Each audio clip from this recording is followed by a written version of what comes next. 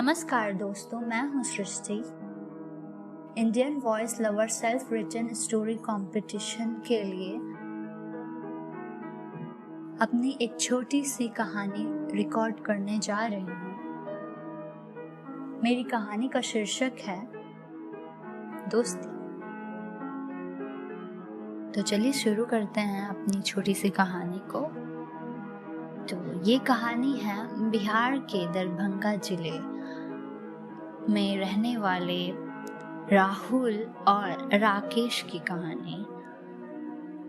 राहुल और राकेश बहुत अच्छे दोस्त होते हैं, बचपन के बहुत अच्छे दोस्त रहते हैं वो। और संदीप नाम का लड़का भी उन्हीं के ग्रुप में होता है, पर राहुल और राकेश उनसे अच्छे से व्यवहार करते, पर वो कुछ राहुल और राकेश की दोस्ती से जलता था। तो एक बार की बात है, बिहार जैसे छोटे से जिले में रूढ़िवादी धारणा बहुत होती है। तो राहुल की शादी होने को आई थी। वहाँ एक नियम ऐसा था कि जो राहुल का दोस्त राकेश है, वो उसकी पत्नी मतलब उसकी भाभी से अकेले में मजाक नहीं कर सकता था।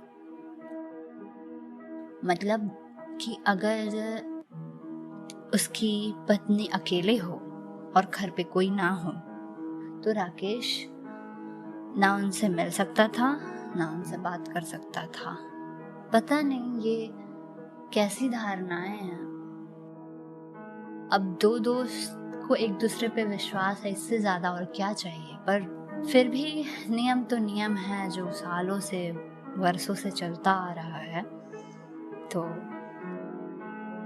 देखते ही देखते राहुल की शादी हो गई।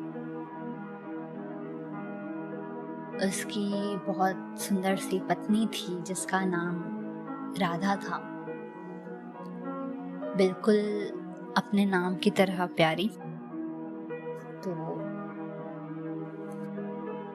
एक बार की बात है जब राकेश अपने दोस्त के घर जाता है, और उस दिन संजोग से राधा जी अकेले होती हैं और राहुल इस चीज से रूबरू नहीं होता। उसे पता नहीं होता है कि उसकी पत्नी घर पे अकेले है। तो राकेश अपने दोस्त के घर जाता है और उसे राधा भाभी मिलती है। तो वो उससे थोड़ी बहुत बातें करता है और राधा जी बोलती है, आप यहीं बैठिए, मैं आपके लिए चाय लेके आती हूँ। तो वो चाय लेके आती है राकेश के लिए। और जब राधा जी राकेश को चाय दे रही होती है तो संदीप इसी मौके का फायदा उठाते हुए उन दोनों की वीडियो बना लेती है। इसमें कुछ गलत तो नहीं था, लेकिन आप जानते ही हैं, अब जब नियम था कि अकेले में भाभी से नहीं मिल सकते, तो इस नियम का उल्लंघन करना भी गलत है। अगर उसे मिलना था तो पहले उसे पता तो करना था कि राहुल घर पे है या नहीं। लेकिन इसी मौका का फायदा उठाते हुए संदीप वीडियो बनाता है, और फिर जब राहुल और उनकी माता श्री घर पे आती हैं तो राहुल को वो वीडियो दिखाया जाता है जिसमें राधा जी राकेश जी को चाय दे रही थी। तो राहुल भड़कते हुए राकेश को बोलता है, अबे मैंने तुझे तो बहुत अच्छा दोस्त समझा था, पर तू साला ऐसा निकला, मुझे नहीं पता था। तू तो मेरा बचपन का दोस्त है यार, तू ऐसा कैसे कर सकता है? तुझे तो मैंने बहुत अच्छा समझा था। तेरे पे इतना भरोसा मैंने किया, इस दोस्ती का ये सिला देगा तू मुझे? तो राकेश बोलता है, भाई मेरा बात तो सुन ले पहले। फिर राहुल बोलता है, नहीं, अब मुझे तेरी कोई बात नहीं सुननी, तू अब निकल जा यहाँ से और अपनी शक्ल मुझे दोबारा मत दिखाना कभी। उसके बाद क्या? उसके बाद फिर दो दोस्त के बीच दरार पैदा करने वाला वो संदीप अपना काम करता है और निकल जाता है। धीरे धीरे ऐसा ही समय बीतती है। राहुल और राकेश बहुत उदास रहने लगते हैं। वो कुछ दिन से खाना पीना भी नहीं खा रहे होते हैं। और फिर एक दिन होता कुछ यूं है कि राहुल की माताश्री का बहुत तबीयत खराब हो जाता है। उन्हें हार्ट अटैक आने वाला ही होता है। तो उन्हें हॉस्पिटल ले जाया जाता है और हॉस्पिटल में 3 लाख की मांग की जाती है कि अगर आप 3 लाख देंगे तो हम अपनी कोशिश से आपकी माताश्री को बचा पाएंगे। और राहुल उतना अमीर नहीं होता कि वो 3 लाख जुटा पाए, तो वो सबसे उधार मांगता है पर कोई उसकी मदद नहीं करता। उसके बाद फिर जैसे ही राकेश को इस बारे में पता चलता है तो राकेश फौरन राहुल के घर आता है और राधा जी से कहता है कि राधा जी, मुझे पता है कि राहुल को हम दोनों पे शक हुआ था, पर कोई बात नहीं, मैं उसकी मदद करना चाहता हूँ और मैं उसे अभी भी अपना दोस्त, अपना प्रिय दोस्त और अपना भाई मानता हूँ। तो आप ये लीजिए 3 लाख रुपए और इससे अपनी माताश्री का इलाज करवा लीजिएगा। तो राधा वो पैसे लेने से मना कर देती है और कहती है, नहीं, मैं नहीं ले सकती। वो इसलिए भी मना करती है क्योंकि उस दिन के गुस्से के बाद से उसे भी डर था कहीं उसके साथ भी कुछ बोल ना दिया जाए, उसको भी कहीं गुस्सा में कुछ कह ना दिया जाए जिससे वो भी अपने पति को खो दे। इसका डर तो हर किसी को होता है। तो फिर राकेश बहुत समझाता है कि आप ले लीजिए, अभी आपको बहुत आवश्यकता है पैसों की। लेकिन फिर भी राधा आखिर तक नहीं मानती है। उसके बाद फिर होता ये है कि संदीप अपने दोस्तों से बात कर रहा होता है। उसकी बात कुछ यूं ऐसे चल रही होती है कि अबे यार, वो 2 दोस्तों को तो अलग कर दिया, क्या मजा आया, बहुत इतराते थे ना वो दोनों, बहुत शौक है ना वो दोनों को अपनी दोस्ती दिखाने का,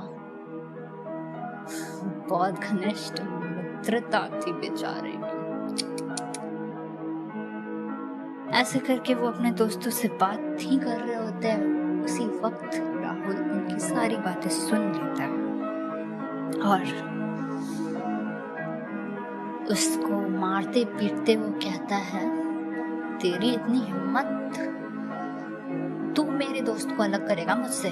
तुझे क्या लगा कि तू ऐसे वीडियो बना के हमें दिखाएगा और हम तुम पे भरोसा कर लेंगे और हम अपने दोस्ती तोड़ देंगे? क्या समझता है तू अपने आप को? बचपन की दोस्ती, ये विश्वास इतनी जल्दी टूट जाएगा? अबे तेरा काले पापों का पता नहीं चलता ना अगर, तो आज मैं बहुत पछता रहा होता कि मैंने कैसे दोस्त को खो दिया जिसकी कोई गलती ही नहीं थी।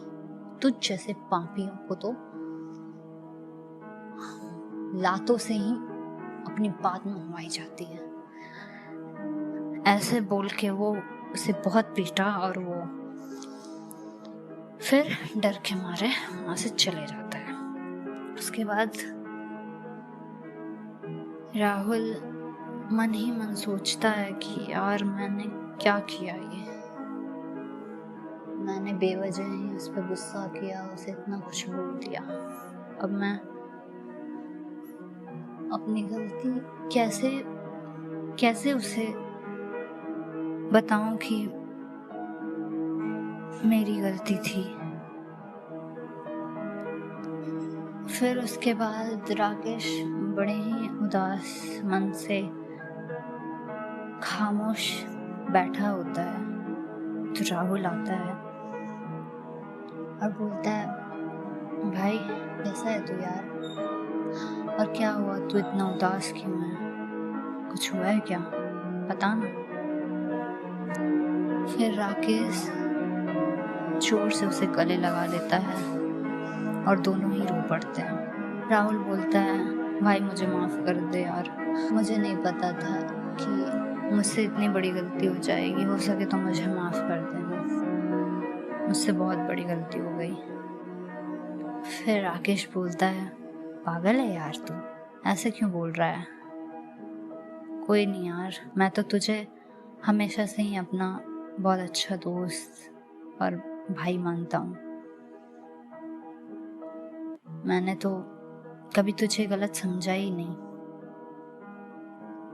तो दोस्तों इसी तरह ये कहानी होती है यहीं पे खत्म, और इस कहानी से यही शिक्षा मिलती है हमें कि हमारी दोस्ती के बीच में चाहे वो तीसरा इंसान कितनी ही फूंक क्यों ना मारे, दोस्ती ऐसी होना चाहिए जिसमें विश्वास हो, ऐसा विश्वास हो जो कभी टूटे ही ना, और अगर टूटे भी तो फिर पता चल जाए कि इसके पीछे किसका हाथ है।